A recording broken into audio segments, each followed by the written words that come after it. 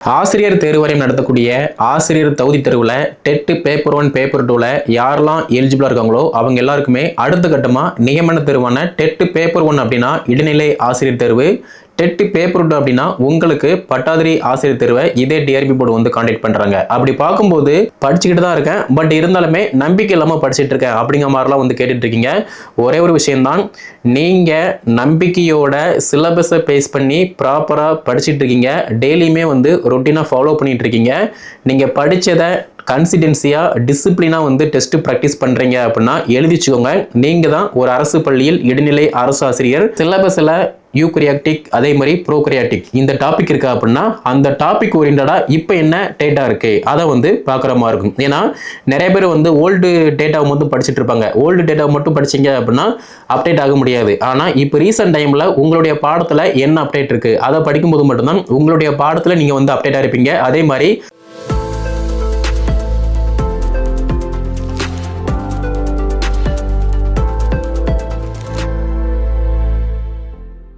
ஆசிரியர் தேர்வு வாரியம் நடத்தக்கூடிய ஆசிரியர் தகுதி தேர்வில் டெட் பேப்பர் 1 பேப்பர் 2ல யாரெல்லாம் எலிஜிபிளா இருக்காங்களோ அவங்க எல்லாருக்குமே அடுத்த கட்டமா நியமன தேர்வான டெட் பேப்பர் 1 அப்படின்னா இடைநிலை ஆசிரியர் தேர்வு, டெட் பேப்பர் 2 அப்படின்னா உங்களுக்கு பட்டாதிரி ஆசிரியர் தேர்வை இதே டிஆர்பி போர்டு வந்து கான்டாக்ட் பண்றாங்க. அப்படி பார்க்கும்போது 2026 மார்ச் மாதம் இந்த எக்ஸாமுக்கான அறிவிப்பை வந்து பப்ளிஷ் பண்ணுவோம் அப்படிங்கிற மாதிரி டிஆர்பி போர்டு வந்து கொடுத்துருந்தாங்க. பட் இருந்தாலுமே இந்த 2026ல தேர்தல் வரக்கூடிய காரணத்தினால பார்த்தீங்க அப்படின்னா தேர்தல் முடிஞ்சதுக்கு அப்புறமா யாரு ஆட்சிக்கு வராங்களோ அந்த ஆட்சியில் பார்த்தீங்கன்னா இந்த எக்ஸாம் வந்து எப்போது வேண்டும்னாலும் பார்த்தீங்கன்னா நடத்தக்கூடிய பாசிபிள் இருக்கு.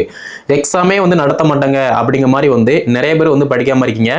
ஆனால் சில பேர் பார்த்தீங்க அப்படின்னா கண்டினியூவாக வந்து சிலபஸை பேஸ் பண்ணி படிச்சுட்டு இருக்காங்க, டெஸ்ட் ப்ராக்டிஸ் பண்ணுறாங்க. அவங்க எல்லாருமே ஈஸியாக வந்து எக்ஸாம் எப்போ வச்சாலுமே எக்ஸாமில் நல்ல மார்க் எடுத்து ஒரு அரசு பள்ளியில் பட்டாதிரி ஆசிரியராக பார்த்தீங்கன்னா பணியில் அமருவாங்க. அப்படி பார்க்கும்போது நம்ம அகாடமி சார்பாக நியமன தேர்வான இடைநிலை ஆசிரியர் தேர்வு, நியமன தேர்வான பட்டாதிரி ஆசிரியர் தேர்வு இந்த 2 எக்ஸாமுக்குமே பார்த்தீங்க அப்படின்னா கரண்ட் சிலபஸை பேஸ் பண்ணி அப்டேட்டான material Tamil medium English medium அதே மாதிரி டெஸ்ட் பேஜுமே பார்த்தீங்கன்னா கான்டாக்ட் பண்ணுறோம். அதில் நீங்கள் ஈஸியாக வந்து ஜாயின் பண்ணிக்கலாம். சேம் டைம் டெய்லியுமே பார்த்தீங்க அப்படின்னா நிறைய பேர் டெட் பேப்பர் 1 பேப்பர் 2ல பாஸ் ஆனவங்க கால் பண்ணி கேட்கக்கூடிய ஒரே விஷயம், இந்த வருஷம் வந்து எலெக்ஷன் வருது, இந்த நியமன தேர்வு வந்து நடத்துவாங்களா மாட்டாங்களா, படிக்கலாமா வேண்டாமா, நான் வந்து படிச்சுக்கிட்டு தான் இருக்கேன், பட் இருந்தாலுமே நம்பிக்கை இல்லாமல் படிச்சுட்டு இருக்கேன் அப்படிங்கிற மாதிரிலாம் வந்து கேட்டுட்டு இருக்கீங்க. ஒரே ஒரு விஷயம்தான், நீங்கள் நம்பிக்கையோட சிலபஸை பேஸ் பண்ணி ப்ராப்பராக படிச்சுட்டு இருக்கீங்க, டெய்லியுமே வந்து ரொட்டீனாக ஃபாலோ பண்ணிட்டு இருக்கீங்க, நீங்கள் படித்ததை கன்சிடென்சியா டிசிப்ளினா வந்து டெஸ்ட் பிராக்டிஸ் பண்றீங்க அப்படின்னா எழுதிச்சுக்கோங்க, நீங்க தான் ஒரு அரசு பள்ளியில் இடைநிலை அரசு ஆசிரியர், ஒரு அரசு பள்ளியில் பட்டாதிரி அரசு ஆசிரியர். அப்படி படிக்கும்போது படிச்சாதான் பாஸ் பண்ண முடியுமே தவிர அறிவிப்பு வந்த பிறகு தான் படிப்பேன், கால் டிக்கெட் எடுத்த பிறகு தான் படிப்பேன், எக்ஸாம் டேட்டை பார்த்துட்டு தான் படிப்பேன் அப்படின்னா நீங்க லாஸ்ட் வரைக்குமே பார்த்துட்டு இருக்க வேண்டியதான், படிக்க மாட்டீங்க. ஓகே, ஸோ இப்போ பார்த்தீங்க அப்படின்னா எலெக்ஷன் முடிஞ்சதுக்கு அப்புறமா கண்டிப்பா வந்து நோட்டிஃபிகேஷன் வந்து பப்ளிஷ் பண்ண தான் போறாங்க. படிச்சீங்க அப்படின்னா ஈஸியா வந்து பாஸ் பண்ணிடலாம். அடுத்து பார்த்தீங்க அப்படின்னா சில பேர் வந்து சார் நான் ஸ்கூலில் ஒர்க் பண்ணுறேன், சிலபஸை பேஸ் பண்ணி படிக்கேன் ஆனால் டெஸ்ட் ப்ராக்டிஸ் பண்ணல அப்படிங்கிற மாதிரி வந்து கேட்குங்க.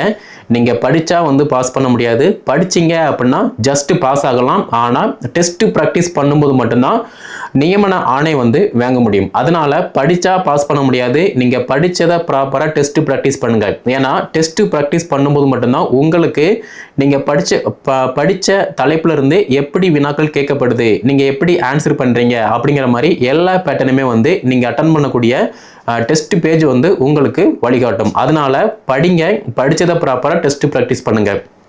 நெக்ஸ்ட் பார்த்தீங்க அப்படின்னா இப்போ டெஸ்ட் பேஜ் வந்து ப்ராக்டிஸ் பண்ணுறீங்க அப்படின்னா உங்களுக்கு மேபி இப்போ நீங்கள் வந்து படிக்காமல் இருக்கீங்க ஆனால் டெஸ்ட் ப்ராக்டிஸ் பண்ணுறீங்க அப்படின்னா உங்களுக்கு ஒரு தலைப்பில் இருந்து எப்படி வந்து வினாக்கள் கேட்காங்க, வினா அமைப்பு வந்து எந்தெந்த முறையில் வந்து அவைலபிளாக இருக்குது. ஏன்னா உங்களுக்கே தெரியும் 2010 அதே மாதிரி இப்போ 2025 இந்த வினாத்தால் எடுத்து பார்த்தீங்க அப்படின்னா 2010க்கும் 2020க்கும் 2026க்கும் உள்ள வினாத்தாள் அமைப்பு வந்து ரொம்ப டிஃப்ரெண்டாக இருக்குது. ஏன்னா ஃபர்ஸ்ட்லாம் வந்து ஒரே ஒரு லைனில் வந்து கொஸ்டின் இருக்கும், ஆன்சர் இருக்கும். பட் இப்போ வந்து பார்த்தோம் அப்படின்னா ஒரு பேஜுக்கு பார்த்தீங்கன்னா ஒரு வினாக்கு வந்து இருக்குது. அப்படி பார்க்கும்போது நீங்கள் ப்ராப்பராக படிக்கும் போதும் படித்ததை டெஸ்ட் ப்ராக்டிஸ் பண்ணும்போது மட்டும்தான் ஈஸியாக வந்து எக்ஸாமில் நல்ல மார்க் எடுக்க முடியும். மறுபடியும் சொல்கிறேன், நீங்கள் டெஸ்ட் ப்ராக்டிஸ் பண்ணுறீங்க அப்படின்னா நீங்கள் தான் அரசு பள்ளியில் அரசு ஆசிரியர். நெக்ஸ்ட் பார்த்தீங்க அப்படின்னா இந்த எக்ஸாமுக்கு எப்படி படிக்கணும் அப்படிங்கிற மாதிரி கேட்கிங்க.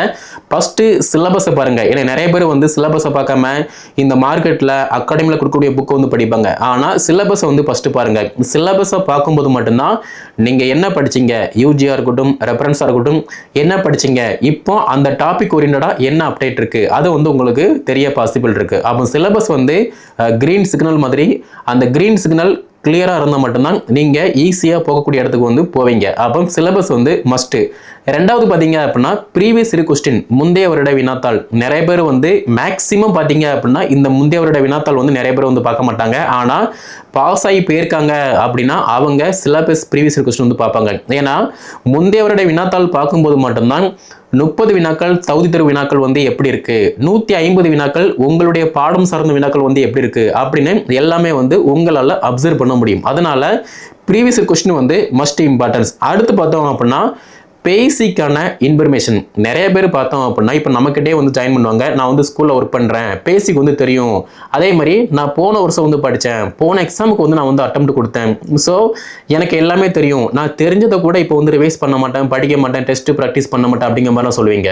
நீங்கள் ஸ்கூலில் ஒர்க் பண்ணுறீங்க அப்படின்னா உங்களுக்கே தெரியும், ஒரு ½ அன் ஹவரோ 1 ஹவரோ வீட்டில் இருந்தோ ஸ்டாப் ரூமில் உட்காந்துட்டோ ஒரு லெசனை ரீட் பண்ணிவிட்டு அடுத்து ஒரு 10 நிமிஷத்தில் பார்த்தீங்க அப்படின்னா கிளாஸ் ரூம் போயிட்டு வந்து ப்ரெசென்ட் பண்ணுவீங்க. இதுதான் வந்து உங்களுக்கு தெரியும். ஆனால் போட்டி தேர்வுக்கு நீங்கள் அட்டெம்ப்ட் கொடுக்க போகிறீங்க அப்படின்னா நீங்கள் அந்த பாடத்தில் என்ன நுணுக்கமான தகவல் இருக்குது அது எல்லாத்தையுமே வந்து அப்சர்வ் பண்ணுற மாதிரி இருக்கும். ஏன்னா ஸ்கூல் புக்கில் இருந்தே ஒரு டிஃபிகல்ட்டான கொஸ்டின் கொடுத்தோம் அப்படின்னா நிறைய பேரால் வந்து பார்த்தீங்கன்னா ஆன்சர் பண்ண முடியலை. இதுதான் வந்து ரியாலிட்டி. அப்படி இருக்கும்போது பேசிக் இன்ஃபர்மேஷன், இப்போ செகண்டரி கிரெடிட் டீச்சர் எக்ஸாம் இருக்குது அப்படின்னா 6 to 10th வரைக்குள்ள சிலபஸை பேஸ் பண்ணி நீங்கள் நல்லா அப்சர்வ் பண்ணி படிக்கிங்க அப்படின்னா ஈஸியாக வந்து மார்க் ஸ்கோர் பண்ணலாம். அதே மாதிரி நீங்கள் பிடி அசிஸ்டன்ட் யூஜிடிஆர்பி இந்த எக்ஸாமுக்கு அட்டெம்ப்ட் கொடுக்க போறீங்க அப்படின்னா உங்களுடைய பாடம் என்னவோ அந்த பாடம் சார்ந்த அடிப்படை பாடத்தை பள்ளி பாட புத்தகத்துல இருந்து நீங்க படிக்கும்போது ஈஸியா வந்து அடிப்படை தகவல் வந்து உங்களுக்கு தெரிய பாசிபிள் இருக்கு. ஓகே, அப்போ பேசிக் படிச்சு முடிச்சிட்டீங்க அப்படின்னா ஒரு டெஸ்ட் ப்ராக்டிஸ் பண்ணுங்க. ஏன்னா டெஸ்ட் ப்ராக்டிஸ் பண்ணும்போது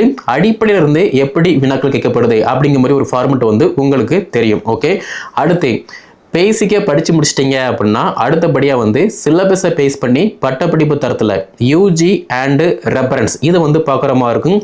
சிலபஸை தாண்டி நீங்கள் ஒருபோதும் படிக்க வேண்டாம். சிலபஸில் என்னென்ன டாபிக் இருக்கோ அந்த டாபிக் எல்லாத்தையுமே யூஜி புக்கு அதே மாதிரி ரெஃபரன்ஸ் புக்கு. இப்போ எக்ஸாம்பிள் பார்த்தோம் அப்படின்னா இப்போ சிலபஸில் யூக்ரியாட்டிக் அதே மாதிரி ப்ரோக்ரியாட்டிக் இந்த டாபிக் இருக்கா அப்படின்னா அந்த டாபிக் ஓரியன்டாக இப்போ என்ன டேட்டா இருக்குது அதை வந்து பார்க்குற மாதிரி இருக்கும். ஏன்னா நிறைய பேர் வந்து ஓல்டு டேட்டாவை மட்டும் படிச்சுட்டு இருப்பாங்க. ஓல்டு டேட்டாவை மட்டும் படிச்சிங்க அப்படின்னா அப்டேட் ஆக முடியாது. ஆனால் இப்போ ரீசெண்ட் டைமில் உங்களுடைய பாடத்தில் என்ன அப்டேட் இருக்குது அதை படிக்கும்போது மட்டும்தான் உங்களுடைய பாடத்தில் நீங்கள் வந்து அப்டேட்டாக இருப்பீங்க. அதே மாதிரி எக்ஸாமில் நல்ல மார்க் ஸ்கோர் பண்ண முடியும். இது வந்து புரியும்னு நினைக்கிறேன். ஓகே, அடுத்து பார்த்தீங்க அப்படின்னா டெஸ்ட் பேஜ் எந்த அளவுக்கு நீங்கள் டெஸ்ட் ப்ராக்டிஸ் பண்ணுறீங்களோ அதை பொறுத்து மட்டும்தான் ஈஸியாக உங்களால் வந்து பாஸ் பண்ண முடியும். ஏன்னா நிறைய பேர் வந்து படிப்பாங்க 10ல் 11 வந்து படிப்பாங்க, ஆனால் டெஸ்ட் ப்ராக்டிஸ் பண்ண மாட்டாங்க. ஆனால் நிறைய பேர் பார்த்தீங்க அப்படின்னா நான் வந்து டெஸ்ட் ப்ராக்டிஸ் பண்ணுறேன் அப்படிங்கிற மாதிரி வந்து ரிப்பீட்டடாக வந்து டெஸ்ட் ப்ராக்டிஸ் பண்ணுவாங்க. அப்போ ரிப்பீட்டடாக டெஸ்ட் ப்ராக்டிஸ் பண்ணும்போது என்ன ஆகும் அப்படின்னா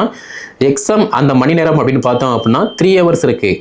அந்த 3 மணி நேரம் தான் பார்த்தீங்க அப்படின்னா நீங்கள் அரசு பள்ளி ஆசிரியரா இல்லைனா தனியார் துறை ஆசிரியரா அப்படின்னு உங்களோட கையில் மட்டும்தான் இருக்குது. அப்போது நீங்கள் டெஸ்ட் ப்ராக்டிஸ் பண்ணுறீங்க அப்படின்னா அந்த 3 hour எப்படி ப்ராப்பராக வந்து யூஸ் பண்ணணும் அப்படின்னு நீங்கள் இப்போ இருந்தே பண்ணக்கூடிய டெஸ்ட் ப்ராக்டிஸ் வந்து உங்களுக்கு உணர்த்தக்கூடிய வகையில் வந்து இருக்கும். அதனால டெஸ்ட்டு தான் வந்து மஸ்ட் இம்பார்ட்டன்ஸ். நெக்ஸ்ட் பார்த்தீங்க அப்படின்னா இப்போ நியமன தேர்வான பட்டாதிரி ஆசிரியர் தேர்வு அதே மாதிரி இடைநிலை ஆசிரியர் தேர்வு இந்த ரெண்டுக்குமே பார்த்தோம் அப்படின்னா தமிழ் தகுதி தேர்வு மஸ்ட் இம்பார்ட்டன்ஸ். ஏன்னா நிறைய பேர் நான் குரூப் 4 படித்தேன், குரூப் 2 படித்தேன், இப்போ தான் பிஜிடிஆர்பிக்கு வந்து அட்டெம்ப்ட் கொடுத்தேன் அப்படிங்கிற மாதிரி சொல்லிட்டு இருப்பாங்க. என்ன இருந்தாலுமே நீங்கள் படித்ததை ஒன்ஸ் வந்து ரிவைஸ் பண்ணிவிட்டு ஒரு டெஸ்ட் ப்ராக்டிஸ் பண்ணுறீங்க அப்படின்னா தகுதி தேர்வில் ஈஸியாக வந்து எலிஜிபிள் ஆக முடியும். அதே மாதிரி முதன்மை பாடத்தால் 150 வினாக்கள் இருக்குது. அதில் 150க்கு 110க்கு மேலே மார்க் ஸ்கோர் பண்ணிட்டீங்க அப்படின்னா நீங்கள் தான் சர்டிஃபிகேட் வெரிஃபிகேஷன் வந்து போகிற மாதிரி இருக்கும். நீங்கள் தான் ஒரு அரசு பள்ளியில் நியமன ஆணை வாங்கிட்டு